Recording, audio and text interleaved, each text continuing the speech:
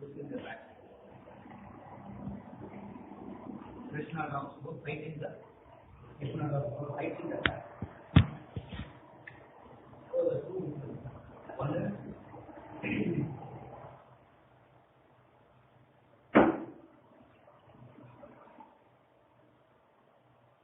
fight. Another is either winning or losing.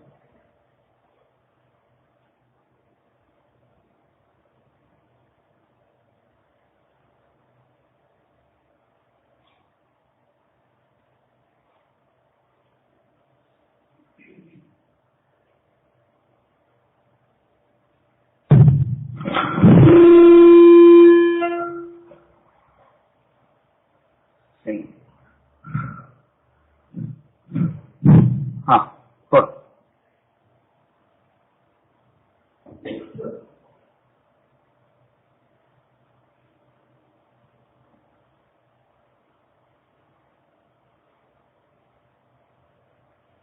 Everything set பண்ணிட்டு forgot to switch on. Yeah, everything is set on, the switch is not on.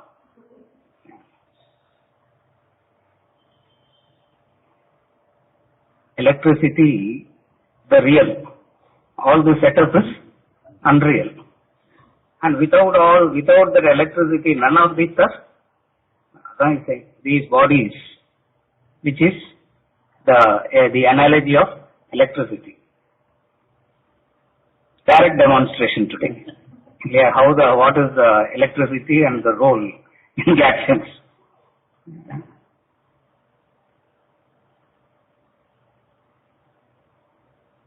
Arjuna talks about winning or losing. Krishna says fight. The very fundamental difference between how Arjuna is approaching the situation and how Krishna is looking at the situation. He is so concerned about how to win the battle. He is so concerned about the consequences of winning or losing, but not interested in doing. Krishna is saying fight, because in fight two possibilities are there. Either you get killed or you kill, but nevertheless you have to fight. Therefore, fight, O Bharata, verse number 18, where we left last week.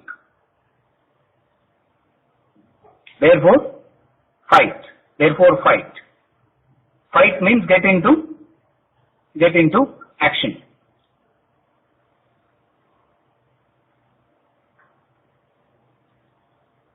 These bodies, meaning the individual, are said to have an end. To understand this,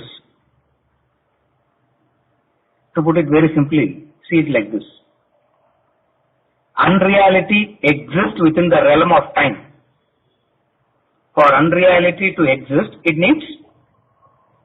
exists within the realm of time. Real is that which transcends time. So these bodies are said to have an end, meaning it has a beginning, it has an end. Anything that has a beginning and an end is unreal. That which has no beginning and no end is real. That's why he gives these three examples: eternal, indestructible, immeasurable. The real is eternal. The real is immeasurable. The real is indestructible. These bodies, in plural, are said to have an end, meaning they have a beginning and they have an end. To understand it simply, anything that has a beginning and an end is unreal. The dream had a beginning, the dream had an end. You can't say the dream didn't exist Neither can you say the dream is, neither you can call it as unreal, neither you can call it as real, because real means it has to exist now. It doesn't exist now. Neither can you call it as unreal, because unreality is that which never. So, the important factor to determine what is real and what is unreal is the time. All these embodies, all these individuals at one point of time didn't exist. All these individuals at some point of time are not going to exist. Now what would you call this existence in between? What would you call this as? That is the discussion he is bringing about the real and the unreal. And this understanding of what is real and what is unreal is true knowledge, which is what in the previous verses he called as true knowledge. True wisdom is the ability to distinguish between what is real and what is unreal. And when you are seeing the unreal, the real is lost. When you see the real, it's not the unreality is lost, you understand the true nature of it. Another example. If the concept of, if reality is not able to, if you are not able to follow in the context of time, we can also understand it in the context of space. Space exists. We build 4 walls and a roof and occupy that space. Space wasn't created, space existed, space exists. The 4 walls is said to have a beginning and the 4 walls is said to have an end. That which has no beginning and end is that which has no beginning and no end is the space. Are you able to follow? That's why he calls it as immeasurable in relation to the space. So reality you need to understand in the context of time. The real and unreal always has to be understood in relation of time, in relation of space. First is in relation to time. Now understand it in relation to space. That's why he always gives the example of room space, bathroom space, outer space, inner space. Space exists. 4 walls and a roof creates the room space. Now, what is real? What is unreal? The space is real, the room space is unreal. What is real and what is unreal? The space is real. What is unreal here? The room space is unreal. You walk in, it's an empty room, we say. It's a problem of the language. We think emptiness is an object with which the room is filled. Are you able to follow? If we use the word empty room, just as the room is full of chairs, the room is full of beings. Emptiness is not a quality like that. Are you able to follow? In the 20 verses of Didarko, because he is talking about something highest. Parallel Purilana kuda anyway till 8:45 you have no choice. Yeah. Only choice is you can sit and fall off to sleep here all the time. Nothing else we can do. Empty space. You can bring in chair and occupy the space. You can hang pictures and occupy the space. we all can come and fill in the space. We all can go out. Are we emptying the space? Can you say that? You can't say that, because it is there untouched by whatsoever is God. The most important thing in this analogy is you see the objects that occupy the space, but space as such can never be seen. When we come in, the space as such can never be seen. We can only see that which occupies the space. Meaning, always we see that which is unreal and we never see that which is real. When we walk in, we don't see the empty. Even with all these chairs, with all of us being, the space is still untouched. Space still exists untouched by all this. Whoever understands this is wise. That's all you say. Whoever understands this is wise. And what is the mark of wisdom? The mark of wisdom is therefore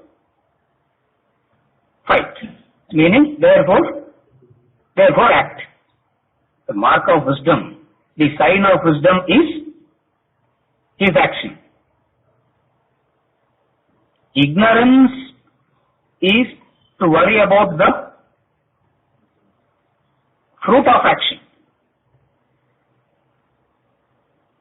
A person who understands this distinction between the real and unreal is a wise man. Again I repeat the same analogy, follow the same example. Space exists, we put 4 walls and a roof and create room, space. Walk into the room and we say empty. It's an empty room. Actually it's not an empty room.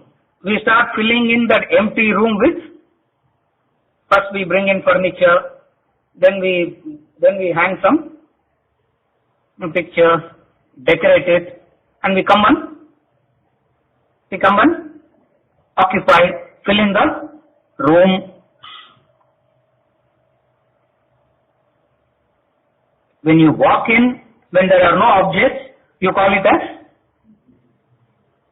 as empty. It's not empty. There is space. It is not empty. What you mean by empty is nothing perceivable, nothing tangible. When you say it's empty, what do you mean by it's an empty room? There's nothing perceivable, there is nothing tangible. Reality is not perceivable. Reality is not tangible. Therefore, what is missed? The reality is missed. The unreality is seen. The wise one Arjuna understands this difference. What is the difference? The difference between the real and the unreal. These bodies are said to have an end, causation. It has a beginning, it has an end. So, the real and unreal is the crux of philosophy, wisdom. The entire religion, the entire inquiry is to inquire what is real, what is unreal. And this real and unreal is always debatable, because that which is real to one is unreal to another. That which is real to another is unreal to someone else. So what is the yardstick by which we can measure what is real and what is unreal? The yardstick is this. It has to be defined, it has to be understood in the context of time, in the context of space, in the context of causation. It has a beginning, it has an end. The dream had a beginning, the dream had an end. The interesting aspect of the dream is this. Even as it is happening, is it actually happening? You understand that? You understand the real and even as the dream is happening, even as there is a lion chasing you in the dream, even as the dream is happening, is it actually happening? It's not happening. But the appearance makes it so, so real. Due to this ignorance, you are carried away, he says. Due to this ignorance, you are carried away. As it is happening, if you can understand that it's not happening, you have wisdom. Again I repeat. As it is happening, as you are experiencing, if you can understand that it is not happening, you have wisdom. How do you understand that? It had a beginning, it had an end. The happiness that we experience has a beginning, the happiness that we experience has an end. The sorrow that we experience has a beginning, the sorrow that we experience has an end. The most interesting aspect of this analysis is, as it is happening, it's not happening. So which standpoint you take? The wise takes a different standpoint. What is the standpoint? As it is happening, it is not happening. Just as this room is filled with objects, looks like there is no space at all. Space is still there. As it is happening, if you can understand it is not happening, now you have understood what is real and what is unreal. This is an internal understanding. This internal understanding, how does it express itself? This internal understanding expresses itself in the form of action. In the form of action. Doing that which ought to be done. You have to fight, Arjuna, fight. Winning or losing winning the battle or losing the battle is immaterial. Why? Because winning and losing is part of the happening. Action is what is possible. Action is what is possible.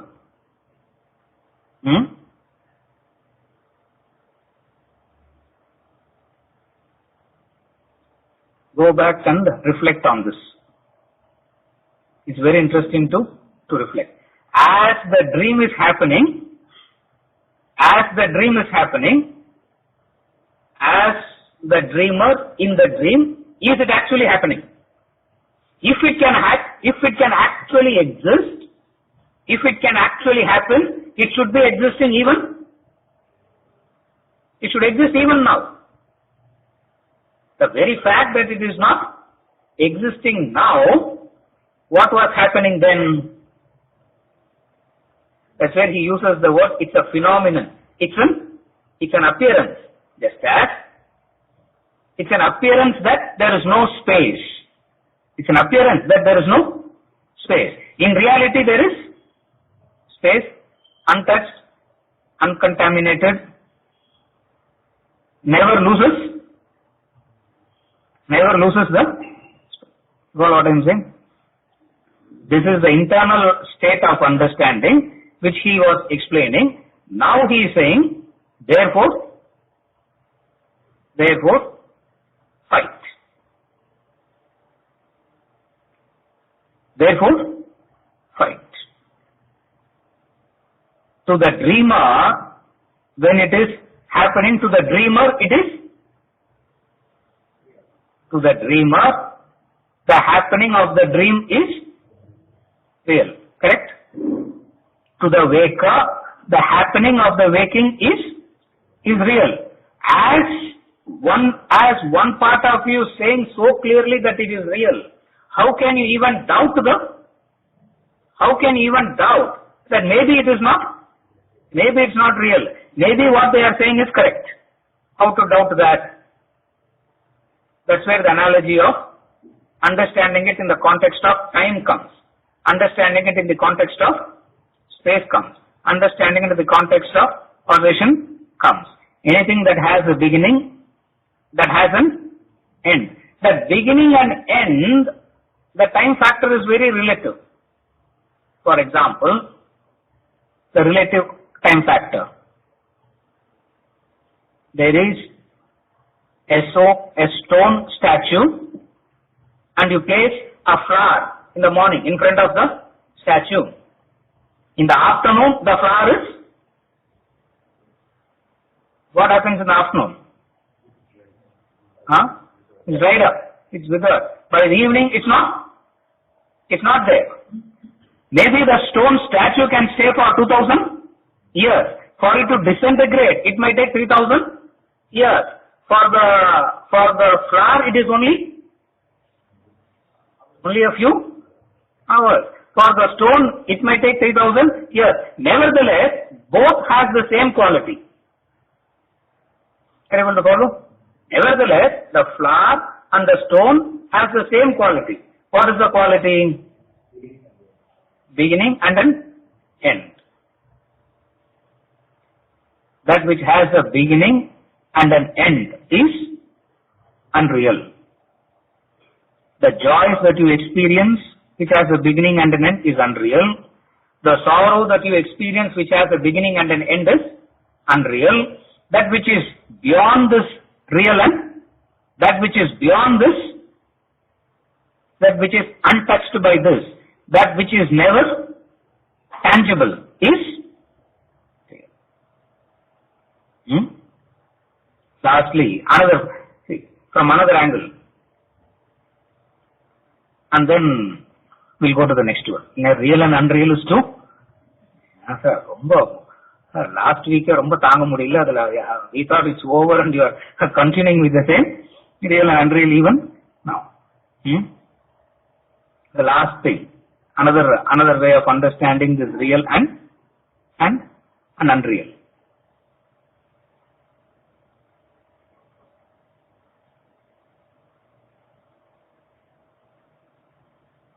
Reality and unreal,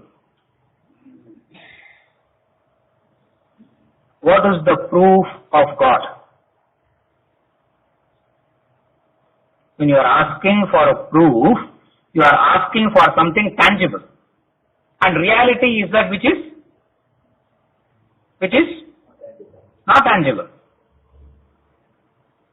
In fact, anything higher in life is not tangible. Supposing if someone, like even relatively, if someone says, prove your honesty, how can you prove? Prove your integrity, how can you prove?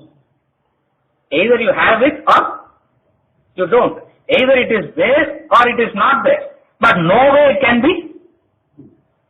can be proved. Prove your love. You can commit suicide for the other and you can die for the other. Is that a proof of love? You can rip open like Hanuman, no? You can rip open the chest and show. Is that the proof of love? Proof means somehow the intangible, we want to make it tangible. Philosophy says, religion says, the wisdom of life says, anything that is tangible is worthless. Anything that is tangible is worthless. That's why I gave this, instead of real and unreal, understand these examples. It becomes that much easier. Prove your sincerity. How can you prove? Is there any way that, or how much ever you prove, what remains unproved? How much ever you try to prove, what remains unproved? The truth behind it. Are you able to follow? How much ever you try to prove your honesty, How can you prove your honesty? You can say, I have never lied.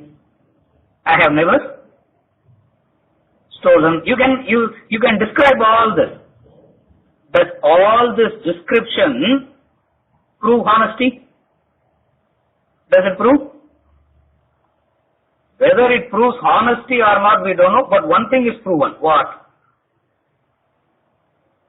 You are dishonest. Whether your honesty can be proven or not, what gets proven? Yours? Because it can never be made tangible. The realities of life remains unproven, remains intangible, remains subtle. That which can be proved, that which can be tangible belongs to the realm of unreal. And it keeps changing. Are you able to follow?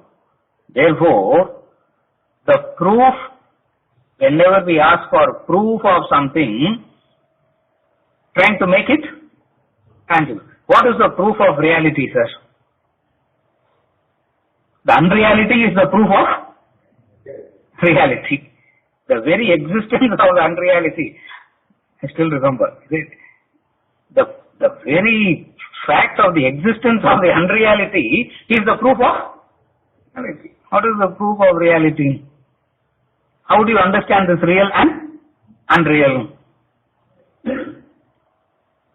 That's where that penetrating capacity comes. That penetrating capacity comes,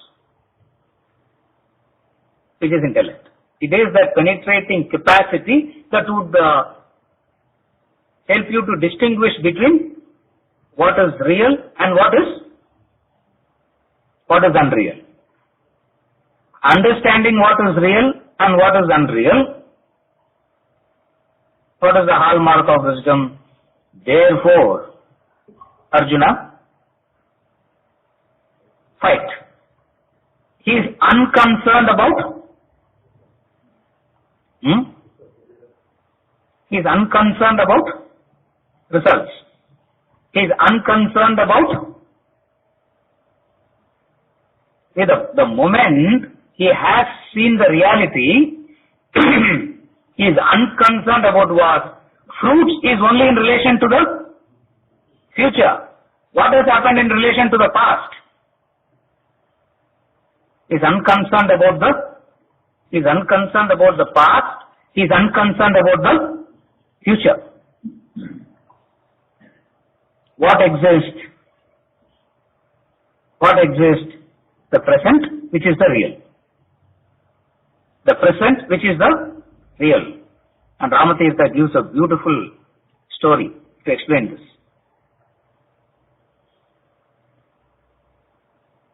An atheist has written in the walls of his house, God is nowhere, God is nowhere, God is nowhere.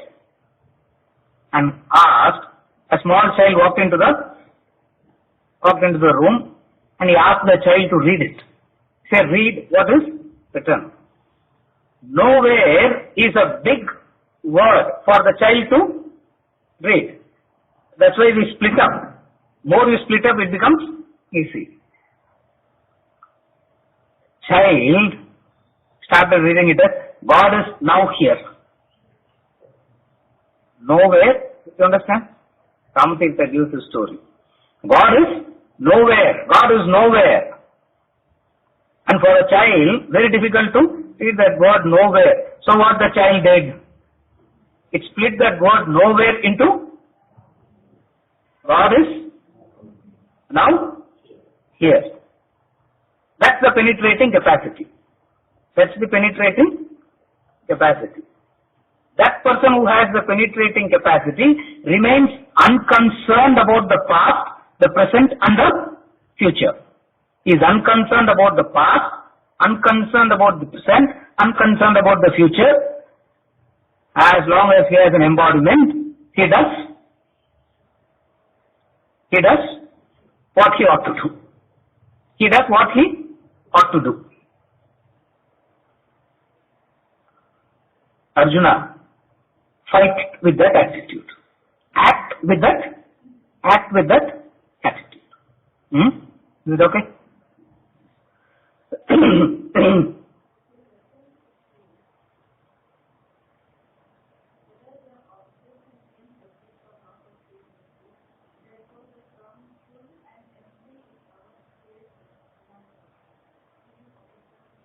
Correct. What she is asking is, in the analogy of space. Space wasn't the creation of anything. Space wasn't created. Space exists. What is created? The walls are created and the walls get destroyed. Therefore,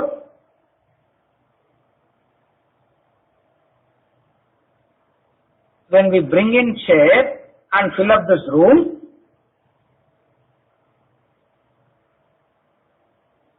what is untouched by it? The space is untouched by it. When you say space is untouched by it, don't go by your eyes, because eyes directly says there is no space. கொஞ்சம் தள்ளி உட்காருங்க. Why chairs are so கிட்ட போட்டு இல்ல இருக்கிறதே 10 பேர் தான், அதுக்கு என்னத்துக்கு இவ்வளவு கிட்ட? கொஞ்சம் ஃப்ரீயா we can sit. No, I says there is no space. I says space is constrained, limited. It is the penetrating capacity that understands what is untouched. The space is untouched. Therefore, existence is real. Our creation and destruction is unreal. That's why the words that we create, the words creation and destruction is unreal. Meaning,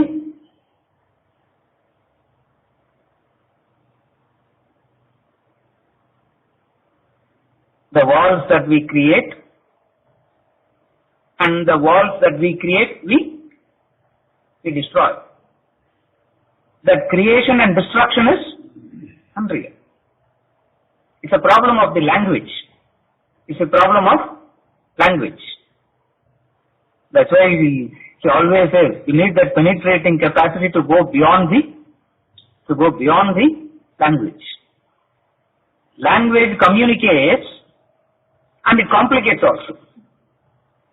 Language communicates and at the same time it complicates also.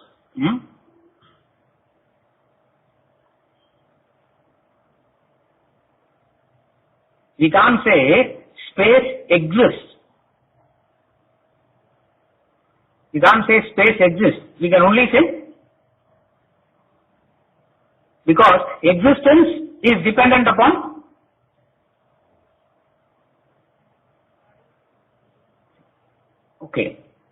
why it's so complicated to understand the truths of life is because language, carefully follow, language is dependent upon duality. Language is dependent upon opposites. Without the opposite, language can never communicate anything. That's why all the time he gives us analysis. Tall means not short. Short means not tall. Rich means not poor. Poor means, are you able to understand how language is so limited? There is a limitation of the language because language is dependent upon the duality, the opposites. So whenever we talk about space exists,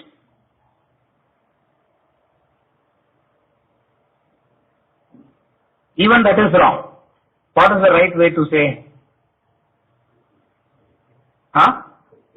Space is correct. Rajaram. Correct or space is, that's all. That isness is, if at all there is a word called isness, I don't know. Space is. But language, which is dependent on duality, always creates the impression of always creates an impression that something exists and it can become non-existent. Therefore, to say God exists is wrong. What is the right way to say? God is. Yes. The language makes it appear like that. They are not synonymous. Because to understand existence, that's why I started by saying, existence means time factor has come in, a beginning and an end has already included in that. Whenever we talk about existence, it exists in the medium of time, it has a beginning and it has an end. That's why I gave this example of flower, stone, so many examples. It has a beginning, it has an end. Isness has no beginning, no end. You're able to follow? Isness has no beginning and no end. That is real.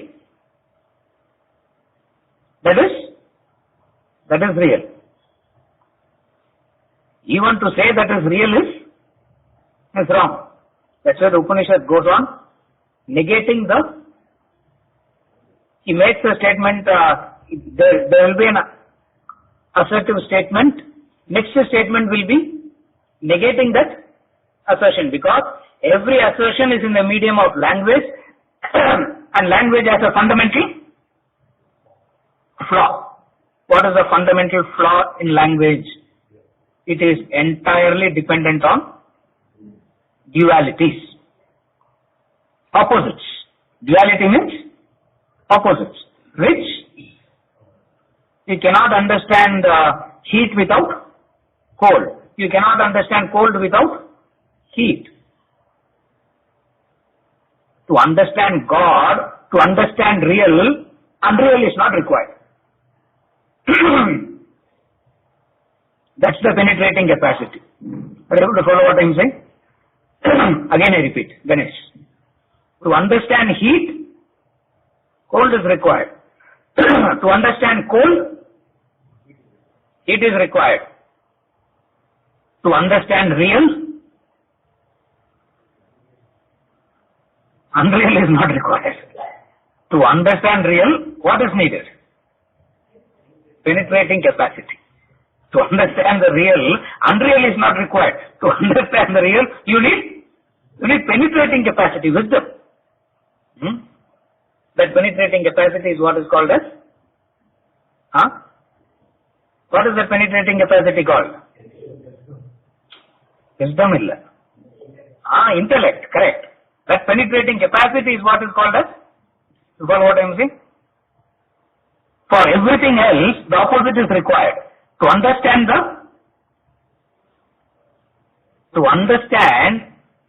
the non-existence of the dream, what is required? To understand the non-existence of the dream, what is required? Waking up is required, correct. Waking up is required, that's all. You follow what I am saying? Therefore, the discussion of real and unreal, existence and non-existence is beyond the definitions of language. It's beyond the scope of language. It's beyond the scope of the language. You understand? That's why all these words doesn't convey. That's why I gave this example. That's why I gave so many examples. You love. How much ever you express your love, what remains unexpressed? You can write a poetry. You can write a whole lot of explanation about your love. But still, what remains unexpressed? Love. Yeah. You try to express it, but it can never be expressed. It can never be communicated. The discussion of real and unreal is something like that. The discussion of real and unreal is something like that. The discussion of action and obligation is also like that. So difficult is to communicate. The difficulty is because of we restrict our understanding to linguistic understanding. All the attempt that we make to understand, we restrict it to the linguistic understanding. Philosophy says step number 1 is to go beyond the linguistic understanding. Go beyond the words. How can you go beyond the words? That's where the reflection comes. That's where the discipline of manana comes. It is that reflection that helps you to go beyond the words. Is it okay? It's a problem of language. Sorry. It's the problem of language, and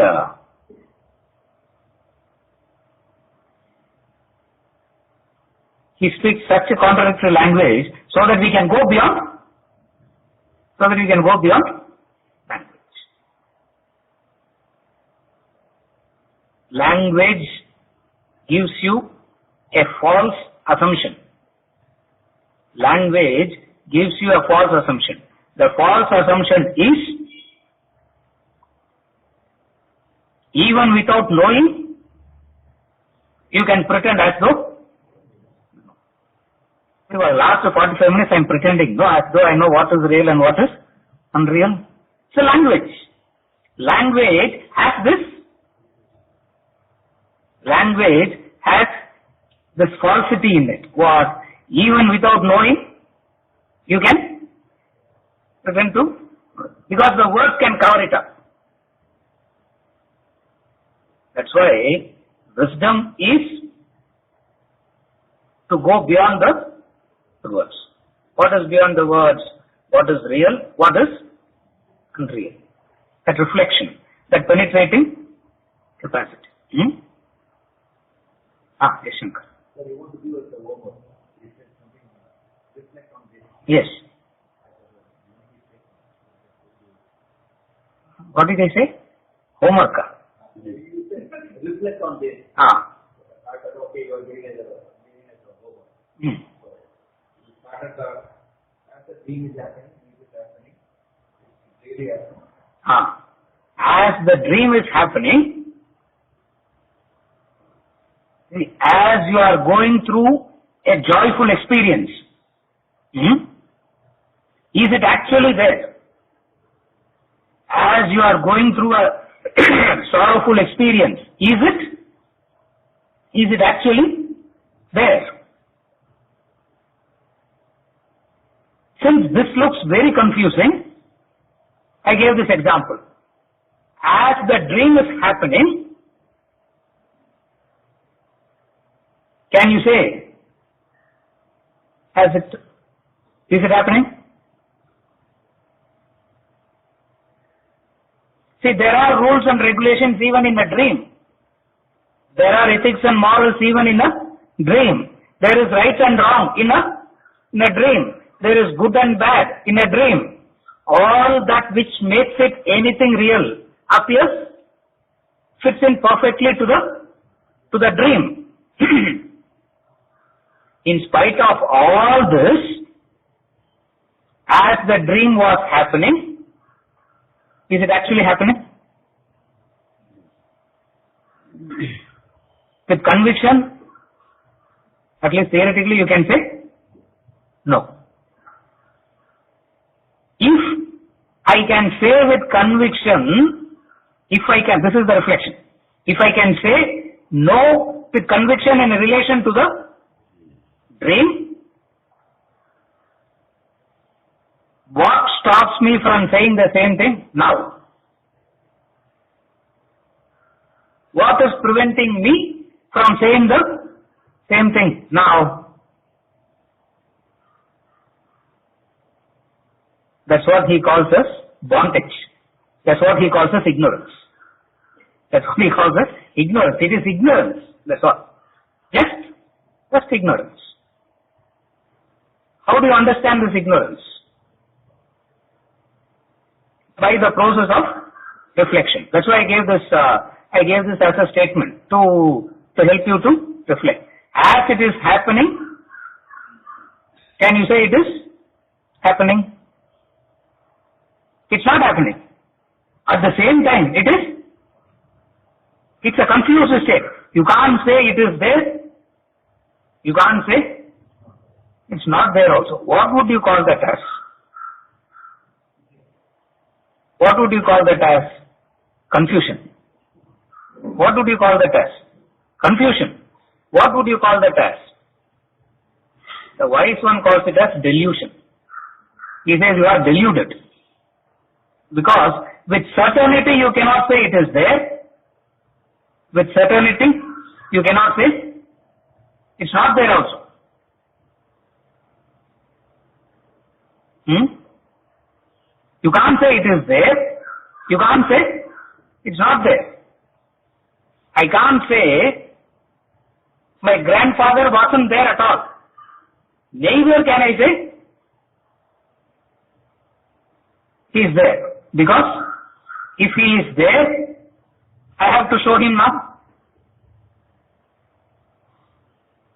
He is not there. Oh, since he is not there, wasn't he existing at all? No. He had an existence. He had a beginning. He had an end. He had a beginning. He had an end. That is easy in relation to a grandfather, but very difficult to understand it to. Very difficult to understand it to one's own self. It's very easy to understand in relation to my great-grandfather, because I have never known him. Yeah. It's an assumption that he existed. Because of me existing now, I have to assume what? Are you able to follow? How unreal it is? Because of this existence, I have to project and understand what? He existed. For him to exist, are you able to understand the infinite loop? For him to exist, something was existing. Something was existing. Something was existing. Now carefully follow. All the temporary existence put together gives it a sense of reality. Individually taken, everything is. Are you able to follow now? Individually taken, everything is unreal, but all put together makes it look like real. That's why knowledge analyzes, breaks it up and exposes the reality. Correct. Are you able to follow what we are doing? Knowledge breaks it up. Individually, he had an existence and he is non-existing. Who? My great-grandfather. The proof of the existence of my great-grandfather is dependent upon the existence of his great-grandfather, his great-grandfather, his great-grandfather. We go back, not knowing where to stop. In forward also, individually taken, that unique great-grandfather is, you can't say anything about him. You can't say he is real, neither you can say he is unreal. So every unit fits under the definition of every unit fits under the definition of unreal, but all put together gives an illusion of reality. That's why he calls it as Maya. That's why he calls it as Mithya. Individually taken, it has an appearance of unreality, but all put together gives it an appearance of reality. That's where knowledge breaks it up. That's why he goes on saying, analyze, analyze, analyze. The word analysis means to break it up into parts. What is the meaning of the word analyze? Analysis means to break it up into parts. You break it up into parts to such an extent where ultimately nothing exists. Because the reality is nothing is there. Ramakrishna Paramahamsa gives his example of analysis. It's like peeling onions, he says. You peel and peel and peel and peel. Finally, what is left with? Nothing except the vasana in your hand, he says. Except you peel and peel and peel. What is left behind? The vasana. When you analyze, you can understand the unreality, but the moment all comes together, all put together, makes it real. How foolish it is to get carried away by how foolish it is to get carried away. That's why I said reflect. Use this as an indication for reflection. Every now and then we give some tips for reflection.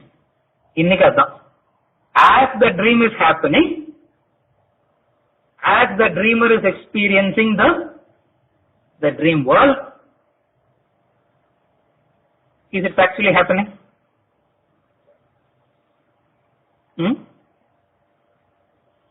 Do you remember the long story always he gives about the dream?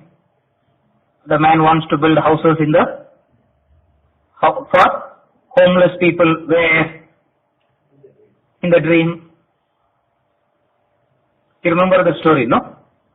As he is about to hand over the patta, yeah, but I don't know what was it. As he is about to hand over, he trips and wakes up. Will he say, I have woken up, but people are still homeless in the dream. So let me go back and give it and come back. If he says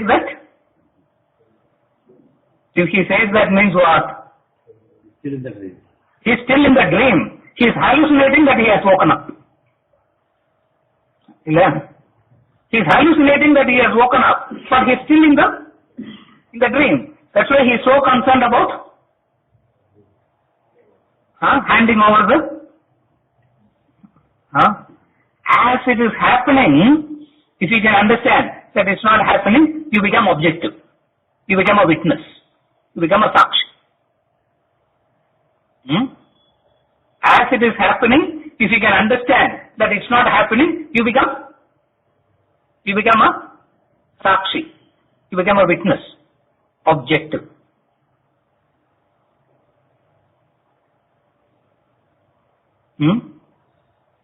The only quality of divinity is sakshi, objective, witnessing.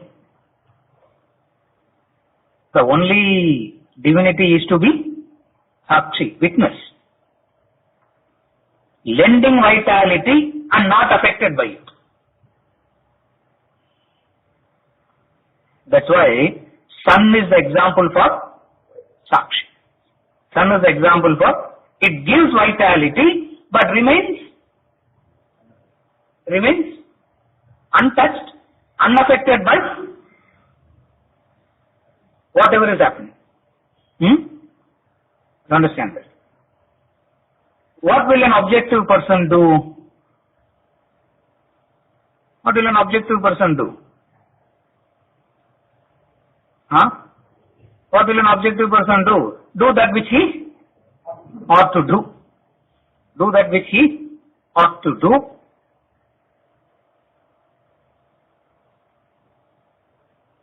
How? With cheer and laughter. He does what he ought to do. How he does it? Cheer and heart. Opposite of that is doing, but the doing can cause a burden. It's doing. What drives the doing is very important. What is it? The cheer, the laughter. The proof of wisdom is the ability to laugh, not at others, not at others. Laugh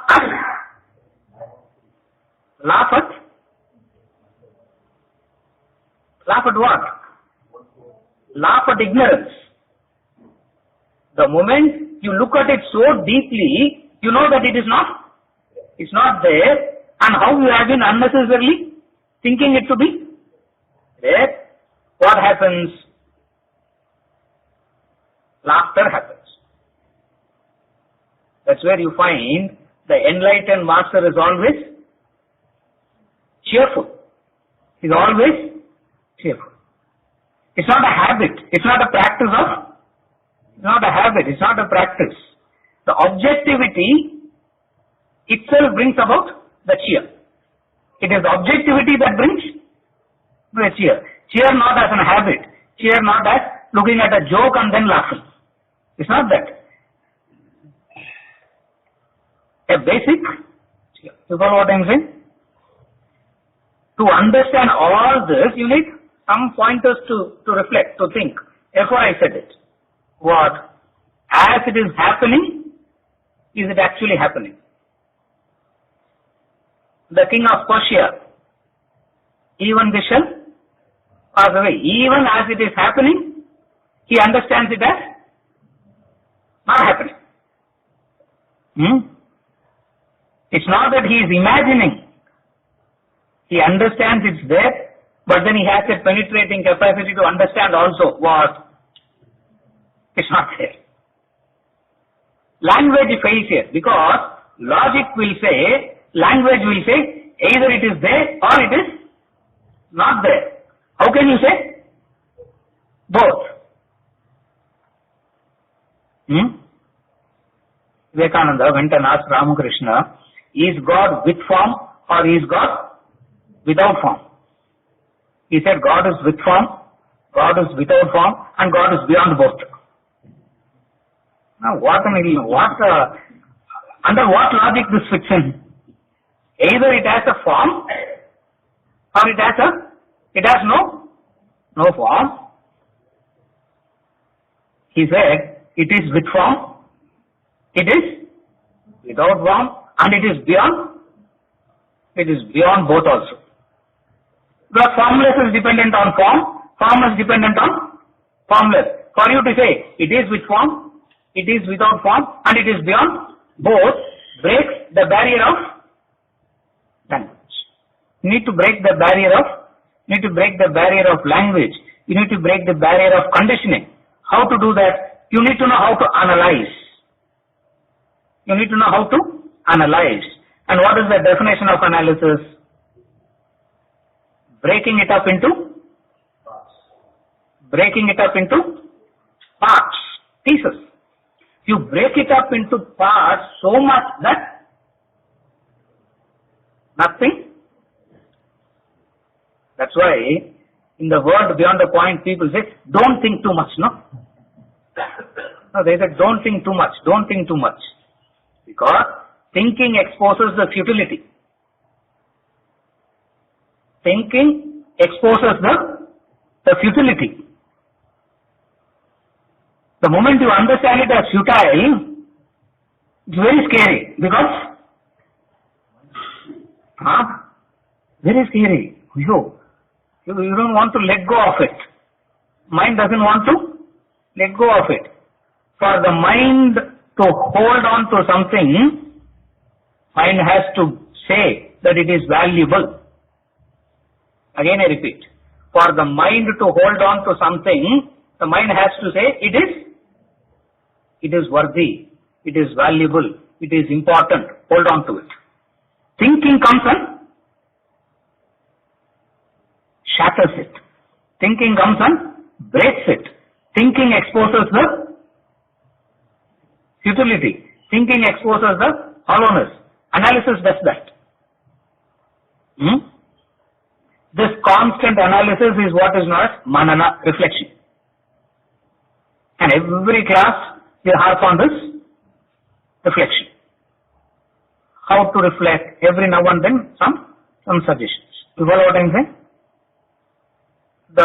The definition of time, the definition of space, the definition of causation, all the entire knowledge is only to guide you into reflection. Understand it like this. For the mind to hold on to, it must say it's worthy, it's valuable, it's important. Then only we'll hold on to it. Understand, anything that you let go of, when will you let go of? This usually anyway you all on a prayer. The moment you understand it like that, you can let go. The wrong importance that the mind attaches, thinking comes and destroys. Thinking comes and the mind attaches a wrong value, the mind attaches a wrong importance, thinking comes and destroys. Is it okay? Yeah.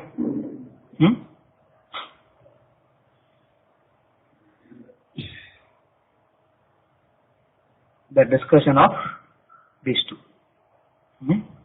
Is it okay? The space. The fill and empty. The word filling has a meaning only in relation to emptiness. The word filling has a meaning only in relation to emptiness.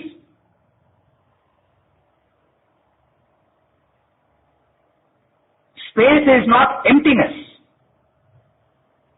Are you able to understand that? That's very difficult. Space is not emptiness. Empty room.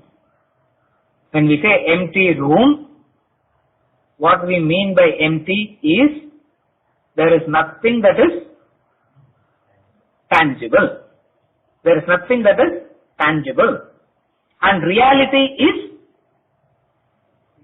intangible. What is reality in the context of space? Emptiness and space.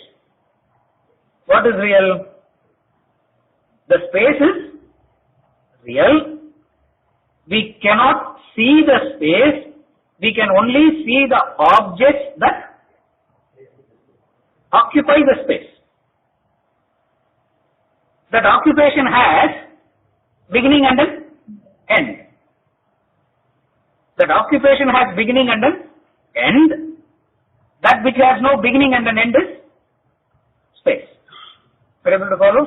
So filling and emptiness is always in relation to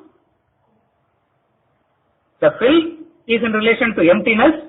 Emptiness is in relation to filling. What exists before filling? What existed? Space. While filling, what exists? Space. After it is removed, after all the occupants are removed, what remains? Space. Language says, our ordinary perception says, previously it was empty, we filled in with it, again it has become empty. This statement is relevant only in relation to the unreal. The statement is relevant only in relation to the unreal because it has a beginning and an end. This statement of filling and emptying has no relevance to the reality, which is the space, because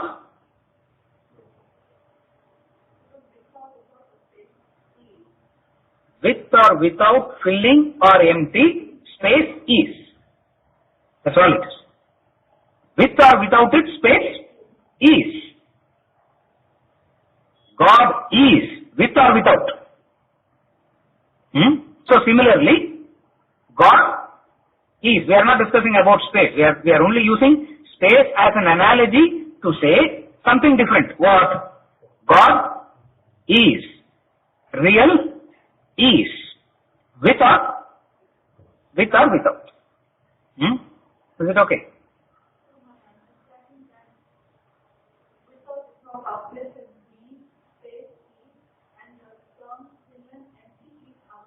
Yes. Yes. Yes. It's imagination. Language allows you to imagine.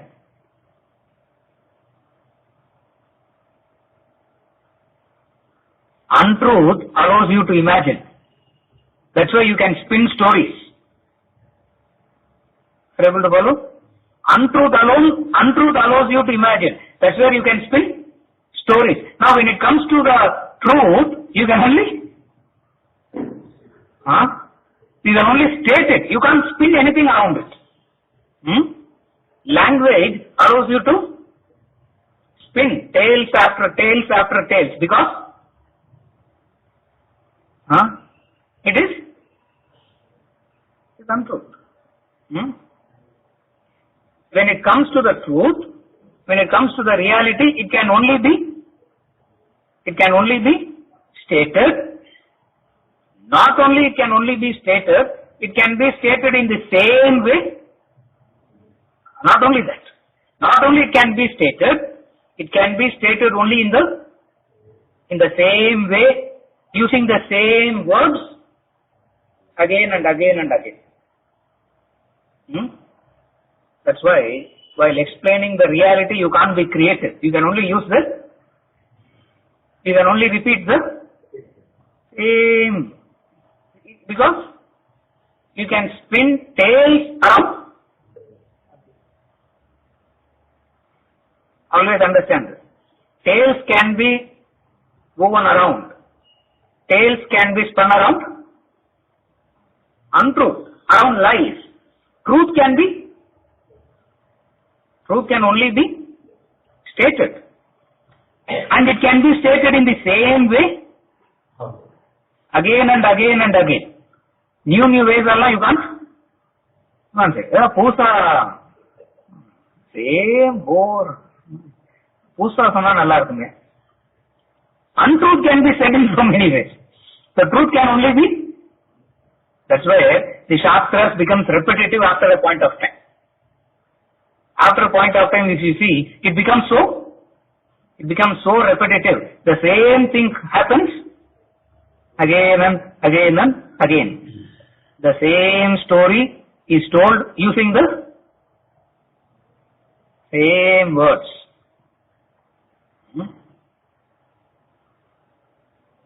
It's a very interesting situation. Rabindranath Tagore became so famous, popular.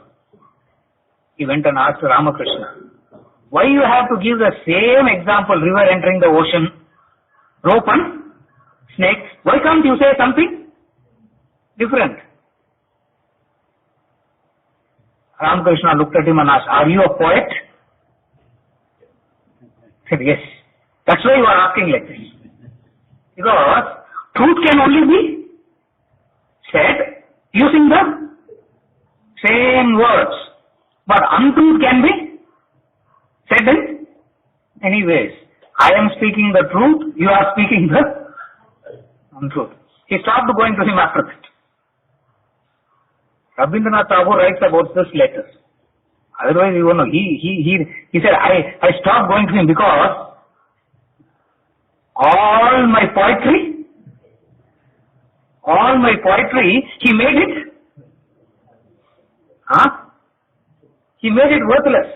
In 1 second, he made it worthless because tales can be spun around untruth. Truth can be said using the not new word. It's the same word. Same rope and snake, same river entering the ocean, same waking dream, sleep. Same body, mind, intellect. சொன்னதே திருப்பி சொல்லிட்டு இருக்க. Why can't you say something new? So difficult is to say the same thing non-stop for hour and a half. Yeah, you understand. So difficult is to say the same thing again and again, non-stop for hour and a half. Almost like yeah. You got what I'm saying? All thinking is conditioned by perception, is conditioned by language. Makes it false. All our thinking is entirely conditioned by two things. What? Perception and language. Reality breaks the conditioning of these two. What? Breaks the conditioning of perception, breaks the conditioning of language. Again I repeat. All our knowledge, all the knowledges, all the worldly knowledges are unreal because it is dependent on two. What is the two? Language, perception.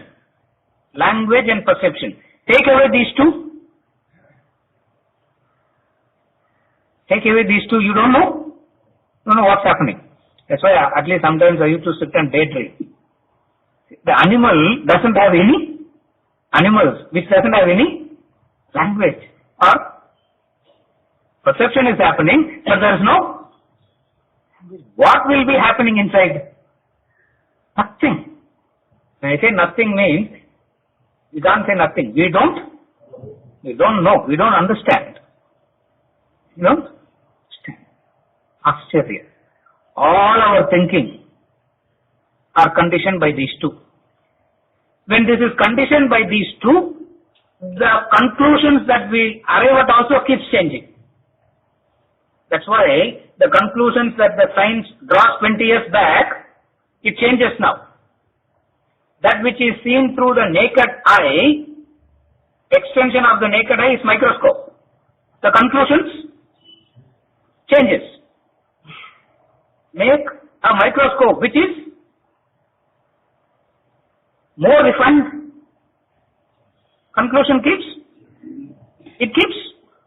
changing. It keeps changing because we are dependent on perception, language. To understand God, to understand the reality, to understand the truth, you need to break these two. What? The conditioning of perception, the conditioning of language. Penetrating capacity, thinking helps you to break it. Only through thinking you can achieve it. There is no other method. There is no other. As when Atma Bodha, he says, Sakshan Mokshaika Sadhanam. Knowledge is the direct means to liberation. There is no other way.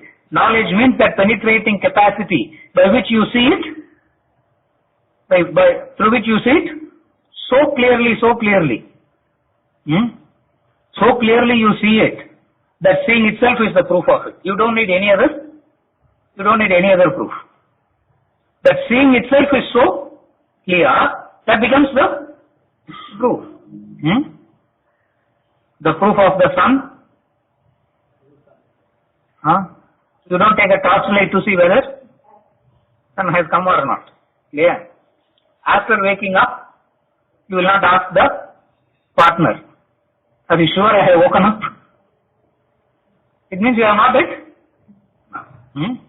The proof of reality is by breaking the conditioning. Sorry, not the proof. The understanding of reality It's the wrong word to say proof. The understanding of the reality happens when these two conditionings are broken. What are the two conditionings? Conditioning of perception, the conditioning of language. The human being helplessly is caught in this. Is helplessly caught in this. Various analysis, various ways of how to break it. Yeah.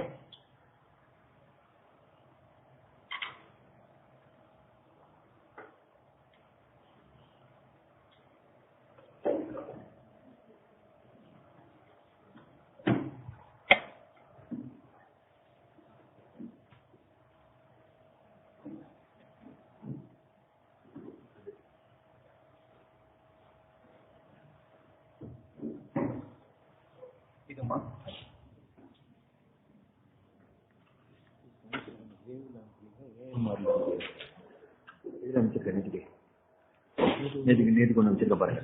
நம்ம உடனே அது பதில் கொடுங்க.